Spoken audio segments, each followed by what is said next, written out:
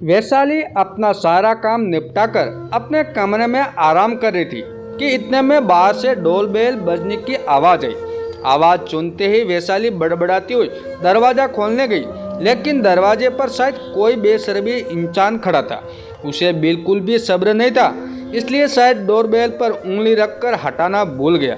जैसे वैशाली ने दरवाज़ा खोला तो सामने अपनी ननद नमिता को देखकर उसका मूड ऑफ हो गया। कहा तो सोचा था सारा दिन पर आराम करेगी, पर अब तो हो गया आराम। हालांकि ऐसा कभी नहीं था कि वो ननद के आने पर खुश हुई हो या उसके लिए आगे से आगे बढ़कर काम किया हो। नमस्ते ननद को बस नमस्ते किया और हॉल में बिठाकर अपने कमरे में चले गए।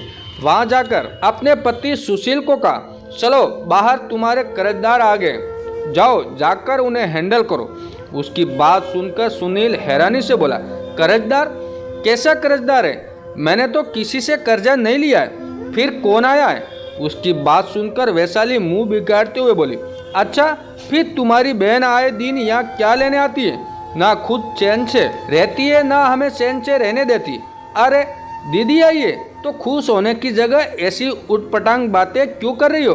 सुनील खुश होते हुए बोला, दीदी तुम्हारी है मेरी नहीं, और वैसे भी इन्हें मेरा संडे बर्बाद करके पता नहीं क्या मिलता है। अभी आप बैठे क्या हो, जाओ उनके पास, मैं थोड़ी देर आराम करना चाहती हूँ। अरे आराम करना है तो कर लेना, किसने मना किया है तुमने? तुम्हें पानी वगैरह तो पकड़ा दिया ना, उन्हें तुम्हारी बहन है, तुम खुद कर लो, मुझे आराम करने दो। वैशाली आंखें तेराते हुए बोली। सुनील उसके आगे कुछ कह नहीं पाया और सीधे कमरे से बाहर निकलकर बाहर आ गया। बाद नमिता को बेटा देखकर सुनील उसके पास आया और उसके पैर सूखकर बोला, कैसे हो दीदी आप? अकेला आए हो? गुड़िया को भी साथ ले आते। बस मैं ठीक हूँ, गुड़िया आज अपनी दादी के साथ मंदिर गई है। तू बता तू कैसा है? मैं भी तो ठीक हूँ दीदी, आप बैठो जरा, मैं आपके लिए चाय पानी लेकर आया। नमिता ने कुछ नहीं कहा। जानती थी कि उसका आना वैशाली को पसंद नहीं था, पर भाई के प्यार का मोह था, उस मोह में बंधी हुई थी, इसलिए हर महीने एक बार जरूर उससे मिलने आ जाती थी। नमिता 15 साल की और सुनील 10 साल का था जब मम्मी पापा की डेथ हुई थी। माँ पापा की मौत के बाद ताऊजी ताईजी ने तो रखने से मना कर दिया। आखिर नाना नानी ने उन्हें अपने घर में शरण दी, पर वहाँ मामी को ये बात पसंद नहीं आई, इसलिए आए दिन घर में क्लेश मचा देती। घर का अधिकतर काम भी नमिता पर आ गया था। जैसे तैसे नमिता की स्कूल शिक्षा पूरी हुई तो एक प्राइवेट स्कूल में प्राइमरी टीचर के तौर पर काम करने लगी। अब डिग्री तो थी नहीं, इसलिए सैलरी पर भी उतनी नहीं थी, पर जो भी था स्वाभिमान को बचाने के लिए काफी था और बस एक सपना के अपने भाई को पैरों पर खड़ा कर दे। पर इधर तो उसकी मामी ने उसकी शादी ही अलग कर दी। ऊपर से नानी भी चाहती थी कि उनके जीते जी नमिता की शादी हो जाए तो बेहतर है। आखिर उन्हें नमिता के लिए राजीव पसंद आया और राजीव के साथ उसकी शादी कर दी। राजीव एक मध्य वर्गीय परिवार का बेटा था जो राशन की दुकान चलाता था। इतना तो कमाई लेता था कि अपने और अपने परिवार का पेट अच्छे से पाल ले। ऊपर से नमिता भी टीचर थी। दोनों पति पत्नी मिलकर घर को अच्छे से संभाल रहे थे। इधर सुनील की स्कूली पढ़ाई पूरी हो गई थी, वो इंजीनियरिंग करना चाहता था, पर इस दौरान नाना जी की मृत्यु हो गई। अब नानी तो खुद मामा पर आश्रित हो गई थी। ऐसे में उसकी पढ़ाई का खर्चा कैसे निकलता? ऐसे में नमिता ने सुनील की पढ़ाई का जिम्मा उठाया था। इसके लिए नमिता होम ट्यूशन तक लेने लगी थी। उसे अपने भाई को पैरों पर खड़ा होते देखना था, इसलिए वो खूब मेहनत कर रही थी।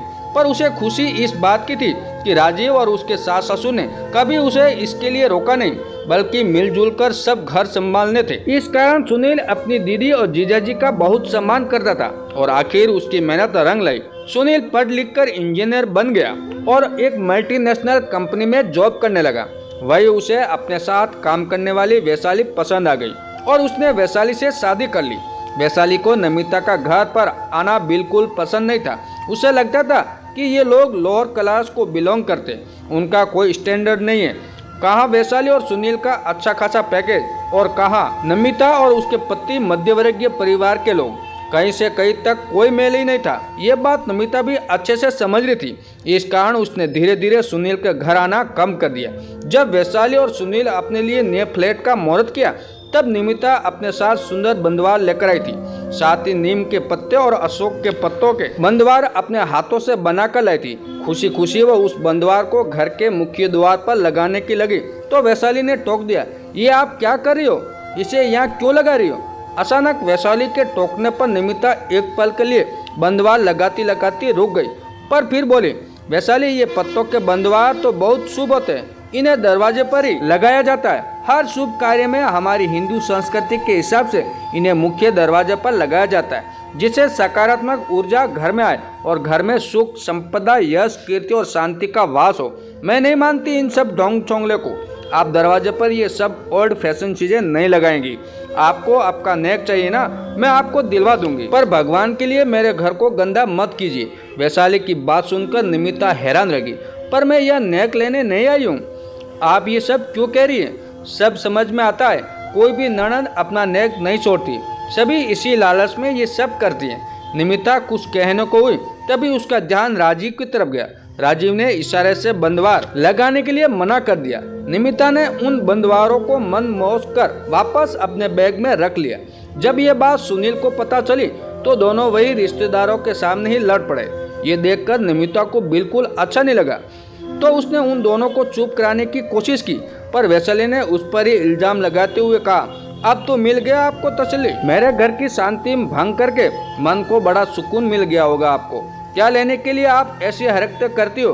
बेवजह मेरा जीना दूषार कर रखा है। इतना सब कुछ हंगामा हो जाने के बाद राजीव निमिता को लेकर घर आ गया।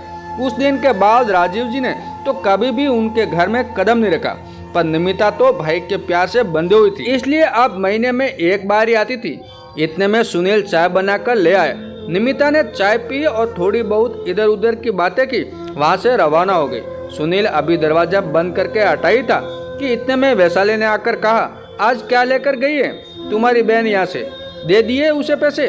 तुम्हारी सोच कितनी खराब है वैशाली, तुम्हें ये क्यों लगता है कि दीदी मुझसे लेने ही आती है, जबकि वो मेरे हाथ से तो 100 रुपये भी लेती नहीं। अरे जिसने हमेशा मुझे दिया ही है वो मुझे क्या लेकर जाएगी? उसकी बात सुनकर वैशाली मुंह बनाते हुए बोली, अगर तुम्हारी बहन पुरान हो गई हो तो जरा मुझे भी शॉपिंग करवा दो। अगले हफ्ते मेरे भतीजे नोनू का मुंडन समारोह है, उसके लिए महंगे गिफ्ट्स तो लेकर आऊंगी। सुनील ने ज्यादा कुछ जवाब नहीं दिया और दोनों शॉपिंग के लिए कुछ देर बाद रवाना हो गए। वैशाली अपने भतीजे के लिए सुंदर सुंदर गिफ्ट लेकर आ गई। अगले हफ्ते वो अपने भतीजे के मुंडन समारोह में अपने महंगे गिफ्ट्स के साथ पहुंची। मुंडन से पहले यज्ञ पूजन का आयोजन किया गया था। वैशाली के मायके के रीति रिवाज के मुताबिक मुंडन में नोनू को अपनी बुआ की लाई हुई ड्रेस पहनी थी। वैशाली नोनू के लिए बहुत सुंदर ड्रेस लेकर भी गई थी, लेकिन ये क्या, उसकी भाभी ने अपने मायके से आई हुई ड्रेस अपने बेटे को पहना दे। ये देखकर वैशाली ने कहा, भाभी मुंडन से पहले पूजन में भतीजा तो बुआ की लाई हुई ड्रेस पहनकर ही बैठता है, फिर आपने अपने मायके वाली को ड्रेस क्यों पहना दी? ये सुनकर उसकी भाभी ने कहा, अरे वैशाली तुम क्यों नाराज हो रही हो? मेरी मम्मी कितनी सुंदर ड्रेस लेकर आई थी, मुझे बहुत अच्छी लगी, इसलिए मैंने नोनू को वो ड्रेस पहना दी।